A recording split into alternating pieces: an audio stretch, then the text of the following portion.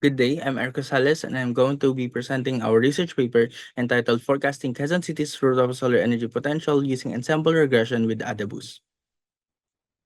In 2019, the Philippines' electricity consumption reached 1 million megawatt hours, and by 2022, it rose to 111,515,669 megawatt hours. Over half of the energy consumption in the Philippines is supplied by non-renewable energy sources, with only 29.5% being supplied by renewable energy sources.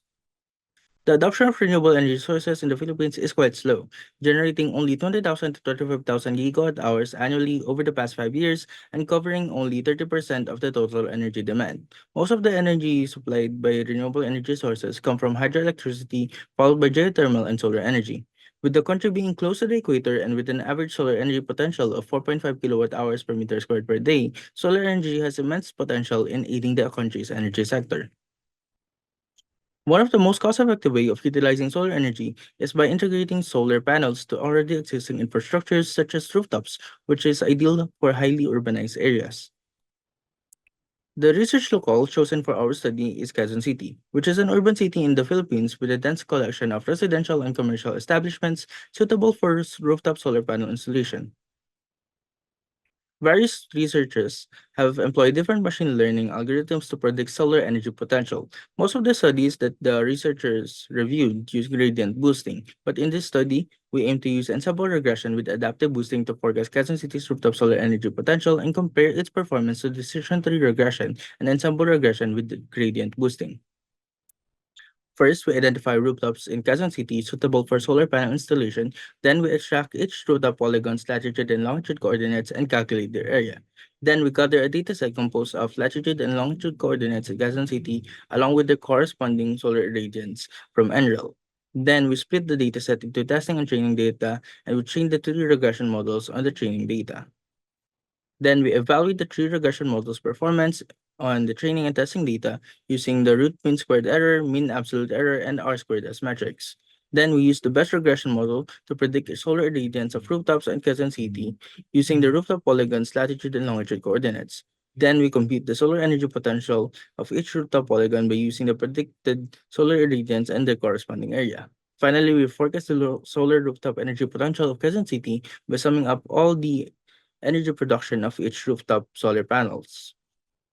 And here's the results of our study. Here's the performance of the different regression models on the training data. We see that the sample regression with gradient boosting performs better compared to the other models with a root mean squared error of 0.1273. Here is the performance of the different regression models based on the mean absolute error, and we see that the ensemble regression with adaptive boosting outperforms the other two with a mean absolute error of 0.009. Here is the performance of the three models based on its R-squared values, and we see that all models perform similar to each other with an R-squared of 0.9999. Now let's look at the performance of the regression models on the test data. Here we see that the root mean squared error of the models are higher compared to its root mean squared error on the training data. The ensemble regression with adaptive boosting outperforms the other models with a root mean squared error of 22,665.12. Here we see that the ensemble regression with adaptive boosting also outperforms the other two models with a mean absolute error of 1,397.06. Here we see that the R-squared values of ensemble regression with adaptive boosting also outperforms the other models having an R-squared value of 0.9859, meaning it can explain correlation between the feature and the target better than the other two models. From the results, we see that the ensemble regression with adaptive boosting is more robust to overfitting and can generalize better on engine data.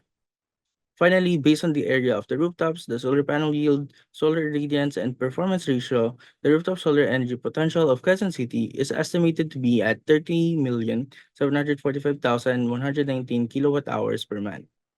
This study forecasted the solar rooftop potential of Quezon City and evaluated the use of AdaBoost in solar irradiance prediction. Integrating AdaBoost into ensemble regression significantly improves accuracy, as shown by lower root mean squared error and mean absolute error and higher R-squared values compared to decision tree and gradient boosting models.